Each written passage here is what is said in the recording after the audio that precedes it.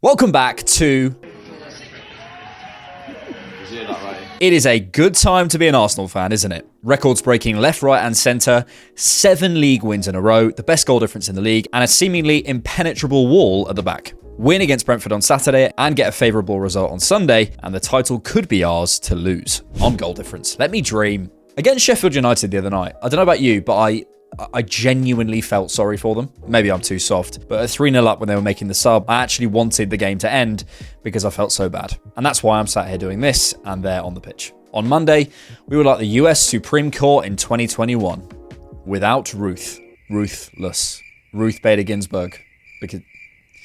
Move on. It is something I've missed from Arsenal. All too often in the past, we either not finished our chances and been made to pay, or toyed with our food at 2 or 3-0 up and made games a competition when they didn't need to be. Now, that ruthless streak that Mikel mentioned on his first day in office, by the way, really feels like it's beginning to develop. And one of the players that applies to is our number 29. It is definitely starting to click for Kai Havertz. The way Havertz takes that ball on the outside of his boot and rifles it into the bottom corner the other night, that's a different type of finish than we've seen so far. That is Leverkusen Havertz. And I'm all for it. The confidence is back. Even the way he celebrates, it's no longer relief, it's now business as usual. He looks the most confident he's ever been in an Arsenal shirt, and I cannot wait for the "I fell back in love with football" quotes to drop on Chelsea's head. Arsenal fans who actually watch the games know that he's more than goal and assist numbers, but even still, Havertz has more goal contributions this season than James Maddison, Bernardo Silva, Luis Diaz, Moussa Diaby, Bruno Fernandes, Højlund, Doku, Rashford, and more big names at time of recording, with 3 goals and 2 assists in his last 3 Premier League games.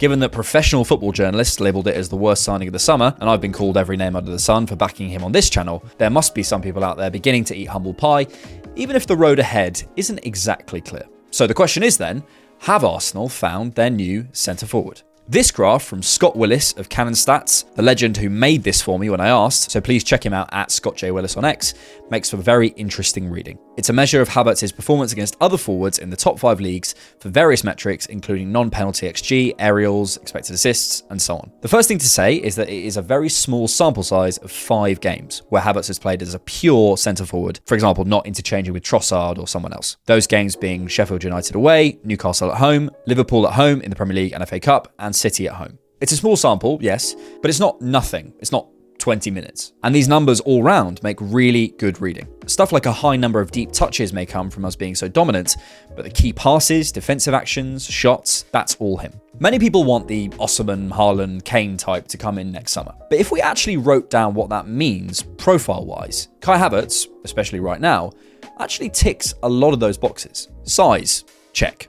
Pace, check, deceptively, as referred to by Jorginho. Box crashing, triple check. Moving centre-backs through movement, check. Through physicality, well, not really. Ball striking, not that we've seen, but if he can finish like he did the other night more regularly, why not? Finishing, well, right now, check. We don't have a big enough sample, but he's only 24. Can't he mature into that position and become what we need there, without having to make the signing that would surely break more transfer records? What could not having to make that signing mean for the wing signing, or the midfielder signing, or the defender signing? If those are on the agenda at Arsenal, it's certainly something worth considering.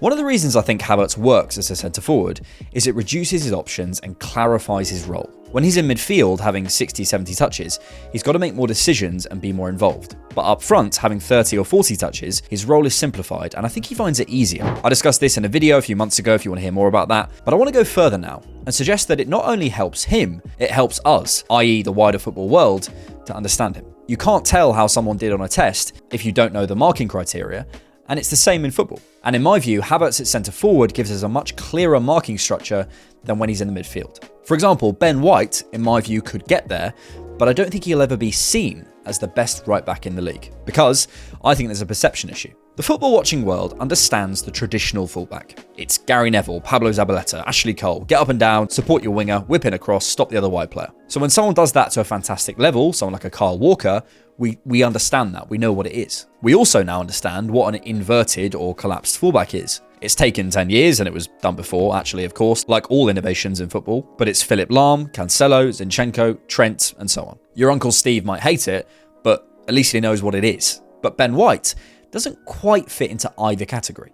He creates the 3 like a centre-back, but can also overlap like a fullback. He can step inside like Trent without the on-ball quality, but he can also support his winger in build-up. And he's a centre-back playing right-back, isn't he? It doesn't make any sense, yells Uncle Steve. And he doesn't get the praise he's due because no one knows the marking criteria. Because the marking criteria is harder to understand.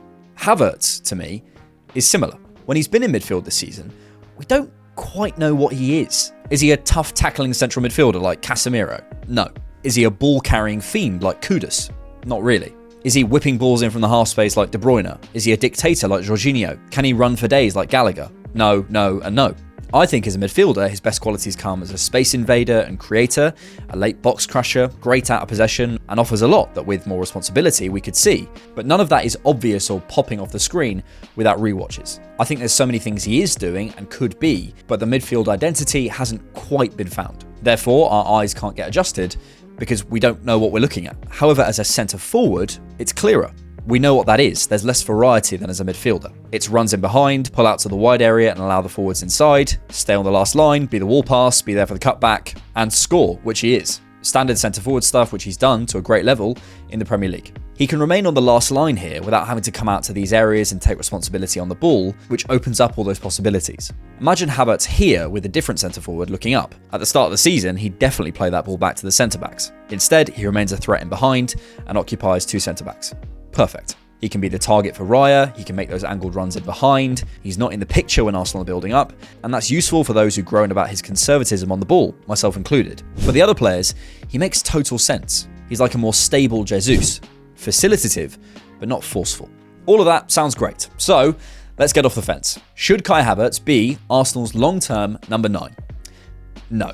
This moment sums it up. Rice has a shot the other night, ball bounces off the goalkeeper. Any traditional centre-forward follows that in, but he doesn't. The ball bounces, but Havertz is nowhere to be seen. There's a million other examples of him not showing that hunger for goals, clean through against PSV, the miss against Newcastle, but that's the most recent one. He just doesn't smell the goal like other top centre-forwards. And that's fine, because that's not who he is. So for all of his qualities and the hot streak he's on, I don't think he's right for that starting berth week in, week out at Arsenal, because I think we need that, at least in the squad, and I think that might come from a signing. But I still think we're missing something from the conversation. There's a lot of discussion right now about whether Declan Rice is our long-term 6 or long-term 8. David Ornstein in The Athletic was talking about it on a podcast I was listening to this morning, and though I respect David hugely, I think he's asking the wrong question. In my view, and I could be wrong, it's been known to happen, I don't think Mikel's football works like that. It's useful shorthand, and I don't want to come across like, yeah man, positions don't exist. They do, they're useful descriptions to an extent. But what position is Bukayo Saka, really? He doesn't just stand on the right wing. He receives it wide, he can pop up in the central zones, he's sometimes inside and Odegaard's out wide, he sometimes goes over to the other side. It just depends on the game. For ease, he is our right winger, and you could categorise what he does under that umbrella. But if we're actually asking what he does, I think we get a better picture by focusing on role over position. Before games, Mikel is sometimes asked regarding his team selection why he's chosen one player over another. And he usually says something like, because of the game we expect, or the spaces we want to exploit, he's chosen player X. He rarely mentions right wing or centre back. He talks about the qualities of the player and what that brings to the team as a whole. The coach himself rarely uses those positional tags. So, in my view, when we're analysing the team, and in a way analysing Mikel's thinking, that's useful information. So in Havertz's case, I think we can throw away the word position and look at the word role, both in terms of squad and on the pitch. Otherwise, we're just going to have this perennial conversation about his best position, which I don't think is worth having, because I think there's a more interesting question to ask. There might be some still wedded to the idea that Havertz not having a fixed position is stupid, and having someone in the team we spent £65 million on who isn't the starting centre-forward or starting left 8 is ridiculous and a waste of money. To those people, I'd say firstly, even if that was fair, the squad is everything now. If you're saying £65 million is a lot for a squad player, I'd ask you to have a look at the clubs we're trying to compete with and their benches, and suggest that maybe it's something we need to get used to if we want the players on our bench to actually contribute. But forget that. What is Havertz's biggest strength? For me, it's his associative play, or in less opaque football speak, he makes others look better. Who is it who sets the play for Martinelli to score the winner at the Emirates against City? Whose run creates the opportunity for, ironically after a poor finish, Saka to open the scoring against Liverpool? These are big moments, but think about his best performances too. Whose physical centre-forward play helped Arsenal get out time and time again against City in the Community Shield? Who was up for the midfield battle away at St James's Park?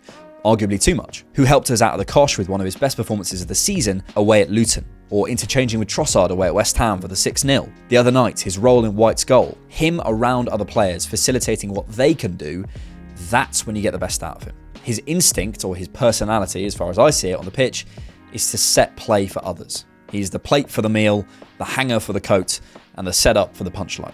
So the question then is not his position, it's where and when do you want that superpower on the pitch moving forward. In some games, he's going to suit us at centre forward, and it will help the outside perception too. And in some games, he's going to suit us deeper. Against City away, if we think he could cook between the lines, drop him deeper. Against Brentford at home, if we think he could win the physical battle, push him higher. Whether he's closer to a centre forward or a centre mid in our heads helps us to mark him, but it doesn't really stand up in practice. Mikel is always on about going game by game, and I think it will just depend. So that's Havertz at the moment, in my opinion. But in the future, I think his role could become more fixed.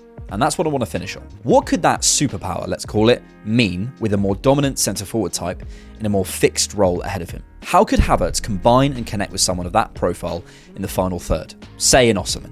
Couldn't the off-ball runs and associative stuff combined with a more tenacious and consistent finisher be an incredible combination? The modern-day Crouchy and Defoe. Call it a strike partnership if you want, but Havertz making those runs in behind to create space, or dropping in, drifting, setting play, whatever the game needs, without the pressure to be on the score sheet. Haaland's numbers without KDB tell you that no matter who you are, you need your teammates. Havertz can be further up the pitch for us, and I think that helps us understand him, but not always. He is the archetypal modern player, versatile enough to get minutes in most games, talented enough to make a difference, and humble enough to accept it won't always be a game for him right now, but that can change. He isn't our long-term centre-forward, I don't think, to use that descriptor, but with the right signing in the summer, who knows, he might be our long-term something.